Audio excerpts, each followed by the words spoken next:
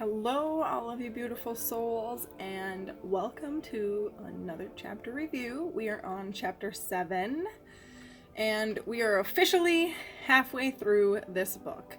We have certainly learned a lot of information, and if you can't remember everything that we have learned, or maybe you're just a new person, or maybe you're looking to refresh your memory, you can always check out the previous chapter overviews on my YouTube page or within our Facebook group underneath the topic Outwitting the Devil group class. Don't forget to subscribe and share with a friend who could benefit from these uncovered secrets. Chapter 7 is the shortest chapter so far, and it's kind of all over the place as well, so this should be a quick video. In this chapter, we are learning about fear and more about our mindsets and how its influence works. In the opening answer response, we are told again that God is only the positives of our world and the devil is the negative.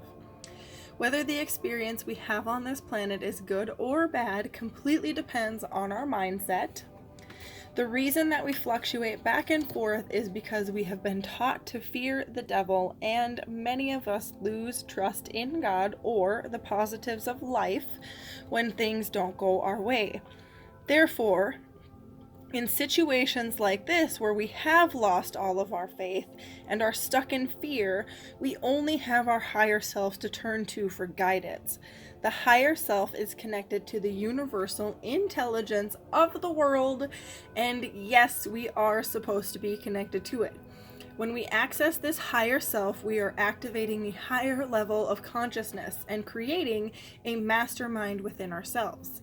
If we do not activate this, we can definitely become lost in drifting and feel like we are stuck.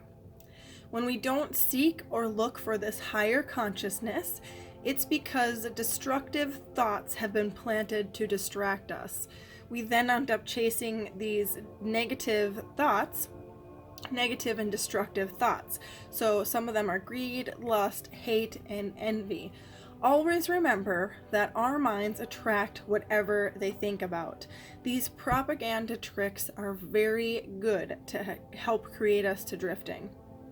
Hill asked the devil why he just doesn't completely take over the churches. The truth of the matter is, he needs these churches. They plant fear and uncertainty into people's minds. A lot of them do. If you're fortunate enough to have found a pastor like our community has that preaches love and everything else, then good for you because you're one step ahead. But a majority of the churches are in place because they teach fear and uncertainty. These negative thoughts then cause the congregation to start drifting. These drifting habits can then become permanent through the use of hypnotic rhythm. Make a mental note here that hypnotic rhythm can also be used for our benefit by voluntarily applying it to obtain our goals. If it's not used to obtain our goals, it can be very dangerous. How? Well, it operates automatically off of our dominating thoughts. We should make sure that our dominating thoughts are positive and full of faith. In addition to that, they should also be stronger than any outside force that tries to plant seeds of destruction. We have the ability to use this to our advantage simply because we have free will, complete control of our thoughts. We have our own rhythm of thoughts. Success and failure are the result of thoughts and habits. Success follows habits in terms of Success follows habits in thinking in terms of success, power, good things, and taking action. Failure follows the habit of thinking in terms of lack, misery, discouragement, giving up, and not taking any action. So our thoughts are like magnets. They attract more of the same to us. I will never get sick of telling people this, probably just because it took me 5 years to understand it myself. And I know there's more of you out there who are like me and need some time to fully understand all of this. So back to magnets. Let's think about the saying, misery loves company. It's not that misery really does love company, but our thoughts of misery are attracting the same to us. People who like to complain will also have friends who like to complain a lot. People who are miserable will be surrounded by people who are miserable. I can't remember what book it was that I read this from, but it's a good thing for everyone to think about. The 5 people you surround yourself with are going to be the habits, traits, qualities that you as a person pick up. If that doesn't make you go, oh crap, then you are probably in a good place in your life and have already done a lot of work to get to where you are. If that does make you say, oh crap, then it's time to take action, make some tiny changes, and break those karmic cycles. Successful people are using the law of hypnotic rhythm whether they are aware of it or not. Remember that hypnotic rhythm is automatic.